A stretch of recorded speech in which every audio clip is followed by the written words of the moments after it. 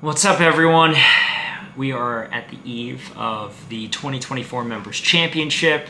It's happening tomorrow, August 4th at Sandcastle Putt Club. Shout out to Pat O'Hara and the entire team there for letting us have our championship over there. It's going to be a fierce battle. If it's anything like how the season has been playing, it's tough. It's been really tough to get points. It's been tough to separate yourself from the pack, and I'm very excited to see how the Members Championship is going to unfold, and ultimately who's going to win the O Street Cup, which is not a cup at all. It's actually a big circle. It'd be the worst type of cup ever to use. So no one's going to be drinking out of it. But let me get into the players. Let's break down exactly who's where. Let's talk about some stats, and let's see if you'll realize who some of the favorites are and who you think is going to be our Members Championship winner and O Street Cup champion.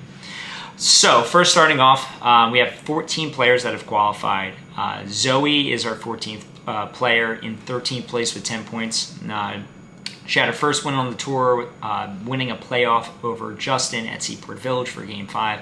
Unfortunately, she's a scratch, so we're going to have a total of 13 players competing at the championship, which is the most we've ever had in a single season. So congrats to everyone that was able to make it.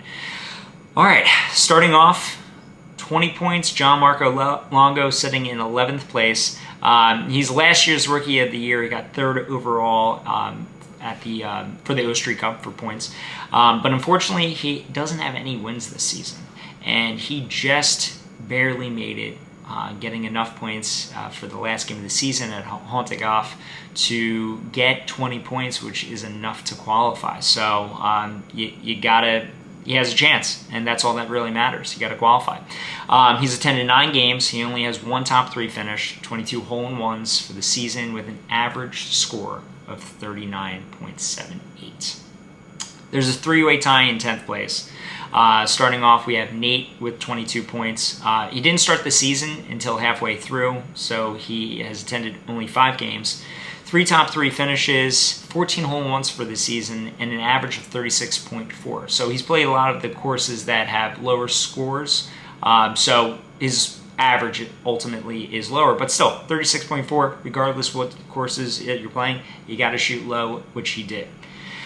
We have Larry at 22 points as well. Larry's only played 3 games, and typical of Larry, he has gotten a top 3 finish in every one, as well as getting a win. He has 16 hole-in-ones, an average of 33.6, which again, insane average, low scoring courses, which he took advantage of. I'm excited to see if Larry plays a full season, because I think he would be the one to beat for sure, just based on his stats. But typical fashion for Larry, showing up to a few games, qualifying, and only getting top 3 finishes. Also in 10th place, 22 points, Bill's attended 8 games, 2 top 3 finishes. Unfortunately, he lost to Joey in a playoff in Game 4. 23 hole-in-ones for the season with an average score of 38.75. And then we have Biggie. Biggie with 23 points, 9th overall. He's attended 8 games, only has 1 top 3 finish, 18 hole-in-ones for the season, 39.88 average score. Biggie does show up for those championships, though. I believe it was 2021 at Rio Grande Offshore Adventure Golf. He had a nice lead going into this first round. Unfortunately, somebody happened to knock him off in the second round, but I don't know. I think Biggie really can show up when it matters, and let's see if he has what it takes. In 8th place with 26 points is John Toby Mergita. He's attended all 10 games, so great job on the attendance.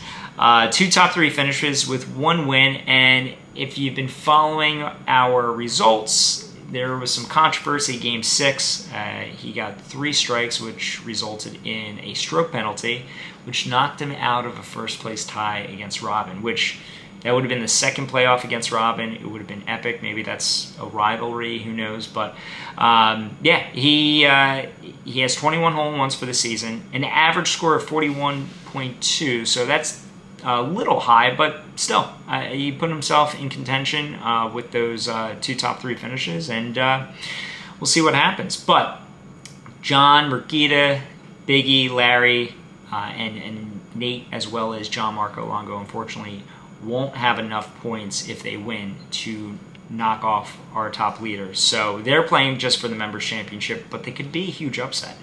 And yeah, like I said, you just got to qualify, get there, and you have a shot. In 7th place with 29 points is Evan. Evan is the one of 7 players that could still win the O Street Cup based on points mathematically. He's attended 8 games, 2 top 3 finishes.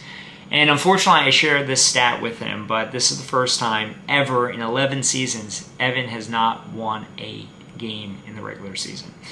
Surprisingly, I don't think he's okay with that. Neither am I. But he has 27 hole-in-ones for the season right now, 3rd overall with an average score of 39.13. In 6th place with 31 points, we have Wendy. Wendy's attended 9 games. She has 3 top 3 finishes, and she's really been turning it on this back half of the season. We know with sports, it's all about momentum. So I think she has a lot of good momentum going into the championship, and she could be one of our first female winners for the Members Championship as well as the O Street Cup. 25 hole-in-ones for the season with an average score of 28.22. All right, in 5th place, 35 points, we have Lisa Semino. Lisa just barely made it to the championship last year, and now she's sitting in a great spot in striking distance to the leaders going into the championship. She has 2 top 3 finishes. She has 5 top 3 finishes, 27 hole-in-ones, and that's also 3rd overall, tied with Evan, with an average score of 38.9. In 4th place, we have Robin Rundgren, 37 points overall. Like I mentioned, sitting in 4th place. Attended 8 games this season. 2 top 3 finishes with 2 wins, one being that controversial call against Toby, but a win's a win. So he's sitting real nice going into the championship. Only 10 points behind the leaders. And he has 17 hole-in-ones for the season with an average score of 38.75. All right, in 3rd place, it's me, El Presidente. 39 points for the season. I've attended 9 games, 6 top 3 finishes, but like I mentioned with Evan, no wins for the season. First time ever that I didn't get a regular season win. Maybe I'm saving it for the championship. We'll find out. But 23 hole-in-ones for the season right now and an average score of 37.33. So happy with the average, not happy with the lack of wins, but I like the sound of winning my first game of the season at the championship. So we'll find out. All right. And we have a tie for 1st place. Right now in points, Joey has 47. He's attended all 10 games. He has 5 top 3 finishes with 2 wins. He has 1 league record, 1 playoff win against Bill in Game 4. 29 hole-in-ones for the season. That's 2nd overall with an average score of 37.7. So Joey's in a great spot. Last time we had a tie going into the championship was against myself and Larry. And this could be the first time ever that we have a tiebreaker game to determine the O Street Cup. So that's going to be very interesting, to say the least. Sitting also in 1st place, he's been the leader for most of the season, Dave, 47 points as well. He's attended 9 games, 5 top 3 finishes with 3 wins, 3 league records. He almost broke that record of 4 wins in a season, 4 league records broken. That would have been insane.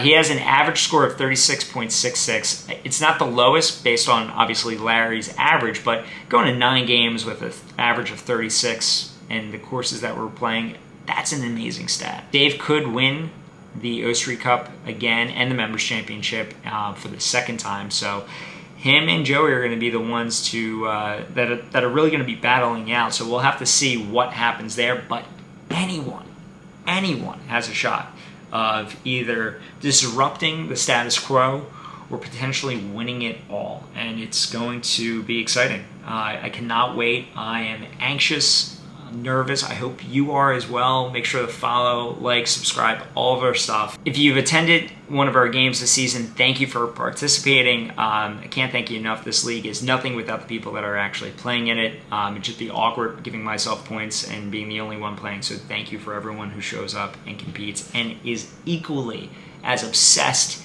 and into this as I am. It's going to be one for the record book. So best of luck to all the players. Congrats to those that have qualified. And let's see what happens on Sunday.